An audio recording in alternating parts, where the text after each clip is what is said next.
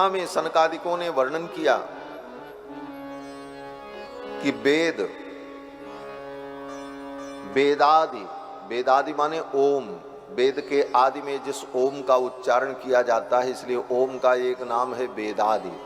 वेद के आदि में पहले ओम बोला जाता है, तब कोई मंत्र बोलता। तो वेद, वेदादि और वेद माता। वेद माता कौन? बोले गायत्री। और सुरभि कामधेनु, और द्वादशी तिथि, और द्वादशाक्षर मंत्र ओम नमो भगवते वासुदेवाय, ये मंत्र, और तुलसी, और गाय, और श्रीमद् भागवत, ये सब समतुल्य हैं, एक समान। इन सबको एक समान बताया। तुलसी पोषणम चैव धेनूनाम सेवनम समम। आप तुलसी का बगीचा लगा लो और उसमें रोज तुलसी में जल दो और उसका संवर्धन करो, फिर तुलसी को उतार करके मंदिर में भगवान की सेवा के लिए प्रदान करो। ये भागवत के समान है। भागवत के समान तुलसी की सेवा को माना है। आपके यहीं के कोई गोंडा जनपद के एक भक्त हैं, उन्होंने कथा में कहीं सुना कि तुलसी की इतनी महिमा है तो अब ये कई काम करते हैं। कई बीघे में तुलसी लगा करके उसी की सेवा करते हैं, पानी देते रहते हैं, फिर उतार उतार के इतनी इतनी तुलसी, क्योंकि बीघों में लगी, फिर अयोध्या में ले जा करके मंदिर मंदिर में देते हैं। और प्रतिदिन उनके आदमी लगे हैं, वहां पहुंचा देते हैं मंदिरों में सेवा। कितनी बड़ी सेवा। एक ऐसे ही भक्त थे कलकत्ता में, इधर तो मैंने नहीं देखा, लेकिन आज से 4-5-6 वर्ष पूर्व, 6 वर्ष पूर्व रहते तो कलकत्ता में थे, लेकिन कलकत्ता से तुलसी संग्रह करके ट्रेन के माध्यम से भेजते थे। आज वहां से भेजें तो कल यहां पहुंच जाए, और मंदिरों में उनके आदमी जाकर के सब जगह तुलसी की सेवा देते। जाड़ा के दिन में जब कहीं तुलसी नहीं मिलती, तुलसी का वृक्ष सूख जाता है, पाला लग जाता है, तब भी अयोध्या में मंदिरों में उनके द्वारा तुलसी की सेवा होती थी भगवान की। तो तुलसी सेवा, तुलसी रोपणम चैव धेनूनाम सेवनम समम, और गाय की सेवा, गौ सेवा। गाय की सेवा भगवान की सेवा है। और गौ माता के अंग अंग में 33 कोटि देवता निवास करते हैं। भारत की भूमि में जो भी आध्यात्मिकता है, जो शक्ति है, जो ज्ञान है, वो सब गौ के द्वारा ही प्रदत्त है। गौ सेवा का और गौ की महिमा का ही परिणाम है। जिस धरती पर हम बैठे हैं, ये धरती भी जब दुखी होती है तो गौ का रूप धारण करके ही ब्रह्मा जी के पास जाकर अपना दुख रोती है। रामायण में पढ़ा होगा, इस धरती ने गौ का रूप धारण किया और ब्रह्मा जी के पास जाकर के अपने दुख का निवेदन किया। ब्रह्मा जी ने कहा, जाकर तै दासी सो अविनाशी, मोरे उतोर सहाई। ये धरती भी गौ का रूप धारण करके जब भी प्रकट होती है तो गौ के रूप में ही प्रकट होती है। और आज इस धरती पर, भारत की धरती पर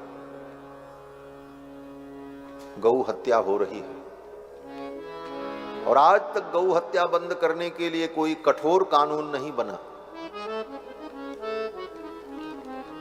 मुझे तो आश्चर्य होता है कि रातों रात बिल पेश होता है और कानून बन जाता है, बहुमत से पास हो जाता है, और आज इतना बहुमत होने के बाद भी गो हत्या पर कठोर कानून क्यों न बन सका भारत में? क्या कारण? सब काम रातों रात हो जा रहा है, लेकिन गौ हत्या पर कानून नहीं बन पा रहा है इस देश में। और महात्मा 50 वर्ष से, सैकड़ों वर्षों से संघर्ष कर रहे हैं कि गौ हत्या बंद हो, लेकिन दुर्भाग्य कि भारत में आज तक गौ हत्या को रोकने के लिए कठोर कानून नहीं बन पाया। गौ को राष्ट्रमाता का दर्जा दिया जाना चाहिए। किसी भी प्रकार से गौ माता की रक्षा हो, क्योंकि गौ की रक्षा ही धर्म की रक्षा है। वेद व्यास जी कहते हैं तुलसी रोपणम चैव धेनु नाम सेवनम समम। तुलसी का रोपण और गौ की सेवा और श्रीमद् भागवत, ये तीनों समान। सनकादिकों ने भागवत की महिमा सुनाई और फिर सनकादिकों ने कहा कि भागवत सुनने के लिए दिन का कोई नियम नहीं। ऐसी भागवत कब सुने जिस भागवत का इतना महत्व है? तो कहते कभी भी सुनो। बोले महाराज मुहूर्त कोई देखें? बोले दुनिया के सब काम के लिए मुहूर्त होता है। विवाह मुहूर्त में होगा, जनेऊ मुहूर्त में होगा, गृह प्रवेश जब मुहूर्त होगा तब होगा, लेकिन भगवान की कथा बोले इसके लिए कोई मुहूर्त नहीं। दिनानाम नियमो नास्ति सर्वदा श्रवणम मतम। भगवान की कथा के लिए दिन का कोई नियम नहीं है, किस दिन सुने और किस दिन से सुने।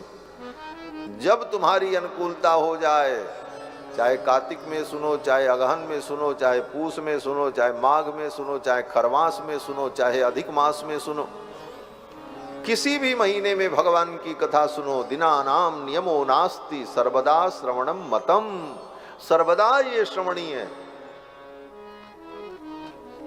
क्योंकि ये आत्म कल्याण के लिए, आत्म कल्याण के साधन में मुहूर्त के चक्कर में पड़कर विलंब करना ठीक नहीं। जैसे कोई कहे आज हम कब से सुधर जाएं।